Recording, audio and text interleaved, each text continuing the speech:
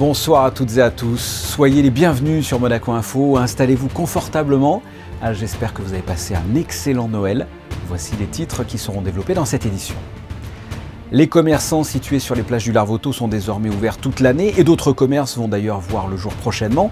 Eh bien, nous sommes allés prendre la température concernant ces ouvertures annuelles. Vous découvrirez ce qu'en pensent ces commerçants.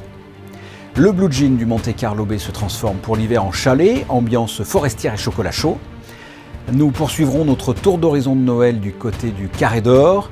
Et enfin, vous en avez peut-être abusé hier au soir ou ce midi, un incontournable des grandes tablées de ces fêtes, le marron glacé. Après une période de travaux, la plage du Larvoto a fait peau neuve cet été. Et nouveauté, après la saison estivale, les commerçants sont restés ouverts. Ça sera comme ça toute l'année. Avec nous pour débuter cette édition, le responsable du restaurant Le Miami Plage, Christophe Caïteux. Bonsoir. Bonsoir. Comment se passent ces fêtes de fin d'année pour vous et votre équipe ? Elles se passent on ne peut mieux. Nous avons la chance d'avoir, comme vous le voyez, un beau temps et ça favorise nettement la fréquentation de l'établissement. C'est une première, hein, les restaurants, les commerçants ouverts cet hiver. Comment le vivez-vous ? Comment le vivent les commerçants sur le Larvoto là ? À ce jour, on le vit avec beaucoup d'enthousiasme parce que la clientèle est au rendez-vous et donc c'est un franc succès. Cette restructuration nous a apporté un réel plus. C'est la même ambiance que l'été, l'atmosphère est différente. Quelle est l'ambiance ?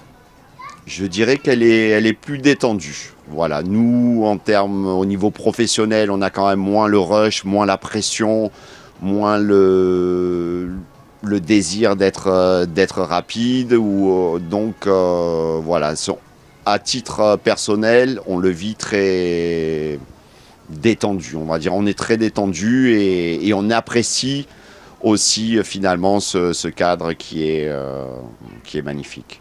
Et en termes de clientèle, est-ce que c'est la même que l'été ? C'est une clientèle différente, c'est une clientèle plus locale ? Quelle est la clientèle ?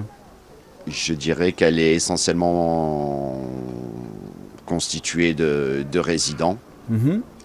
Il y a parfois, on jouit de la proximité du Palais des Congrès et il arrive que nous ayons le plaisir d'accueillir quelques congressistes. Et en termes de chiffre d'affaires, qu'est-ce que ça a donné ? Parce qu'habituellement, vous fermez donc à la fin de l'été. Qu'est-ce que ça a donné sur l'automne, cet hiver ?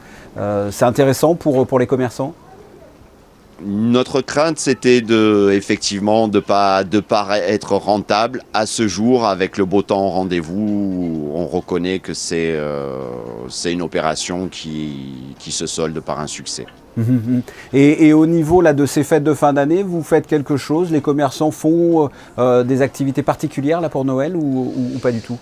Le Miami Plage, non, mais nos voisins, la Note Bleue, par contre, vont organiser un très beau réveillon de la Saint-Sylvestre. Très bien. Mais écoutez, Christophe Caïteux, merci d'avoir répondu à mes questions. C'est très gentil de votre part. Je vous souhaite une agréable fin de soirée.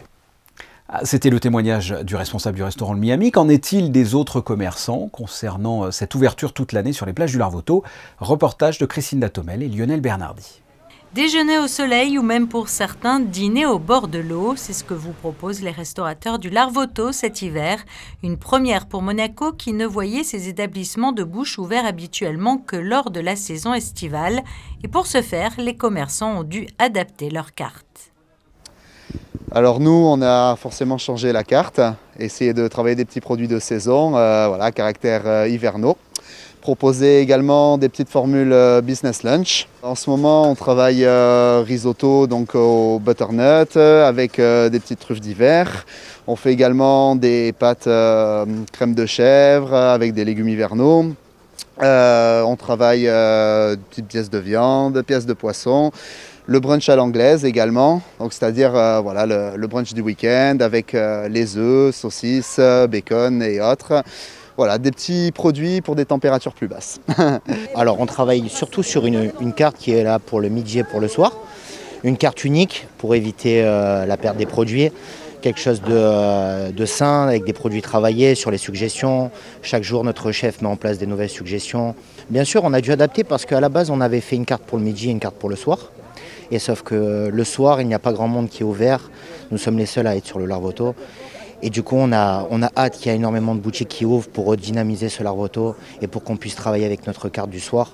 Parce que là, on a dû trouver un juste milieu pour le midi et pour le soir au niveau de la carte, avec des produits non périssables, travailler avec des produits de qualité, tout en restant attractif pour la clientèle.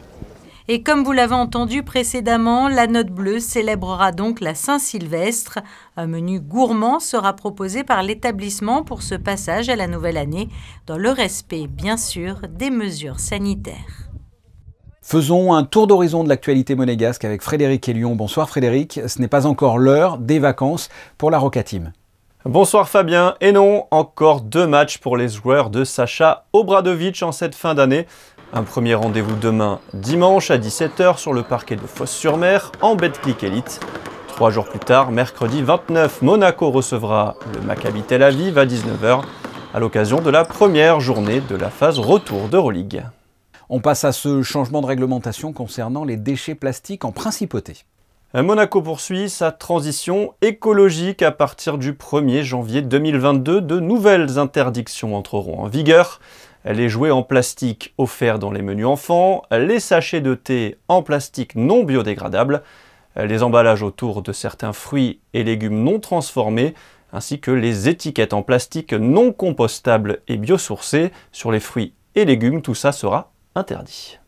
On termine par votre programme de demain sur Monaco Info. La journée débutera par la messe dominicale en direct dès 10 h, rendez-vous ensuite à 16 h.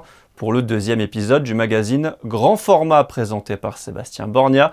Le thème, le sport et ses valeurs, avec de nombreux invités en plateau. Joël Bouzou, le président de Peace and Sport, Oleg Petrov, le vice-président de l'AS Monaco, ou encore Marlène Arnois, médaillée olympique en taekwondo.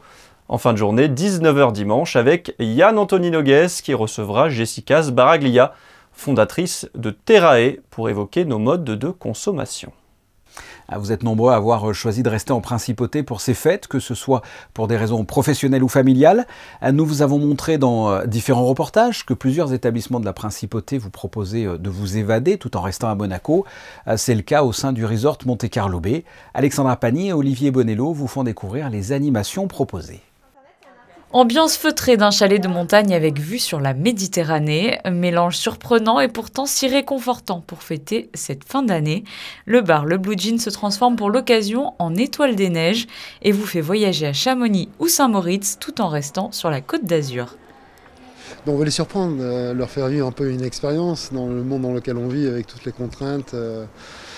Le stress permanent, l'impact social et tout, donc c'est de les plonger comme s'ils étaient à la montagne, donc c'est pour ça qu'on a créé l'Étoile des Neiges pour cette année 2021, qu'on avait déjà créé en 2019. Et de nombreuses activités sont proposées au sein du resort monégasque pour l'occasion.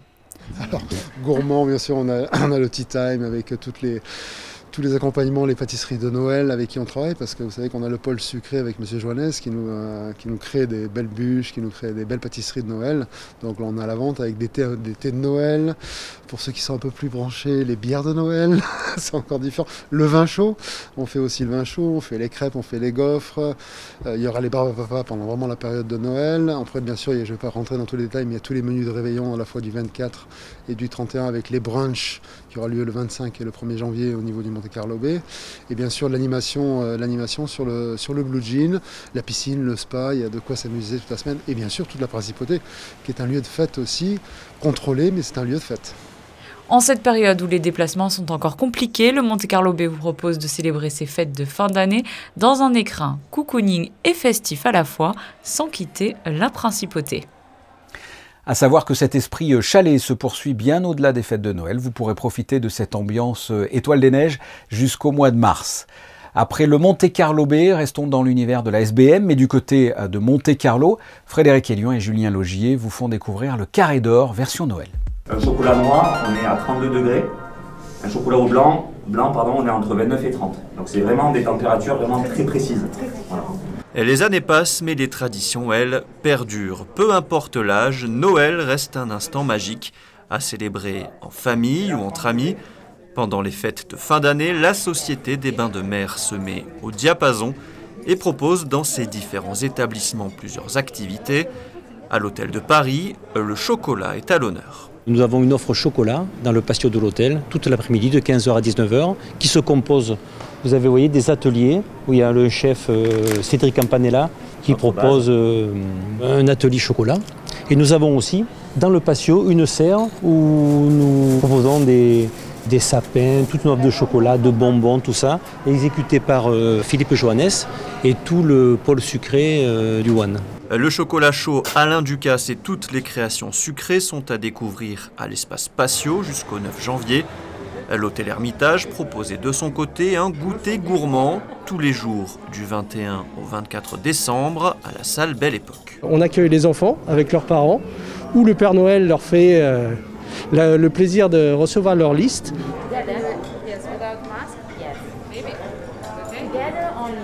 Ensuite, on accueille les parents qui peuvent s'installer tranquillement pour prendre le goûter. Et on a les animations pour les enfants, où les enfants s'amusent toute l'après-midi.